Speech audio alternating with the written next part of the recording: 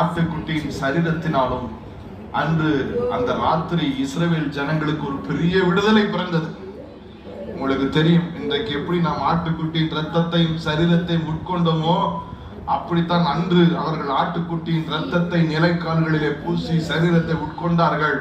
அன்று இரவு பார்வோனும் அவன் அரண்மனையும் இந்த இஸ்ரவேல் ஜனங்களை போக விட கர்த்தர் அவர்களை முடிவெடுக்க வைத்தார். புறப்பட்டார்கள், பொன்னோடும் வெள்ளியோடும். ஆமென். ஒரு பலவீனம் கூட இல்லாமல் புறப்பட்டோம் என்று புறப்பட்டார்கள். அப்படித்தான் நம்ம எல்லாருமே ரட்சிக்கப்பட்ட அன்று, கவனிங்கம்மா, என் பிரசங்கத்தை கண்ணை திறந்துதான் கேட்கணும்.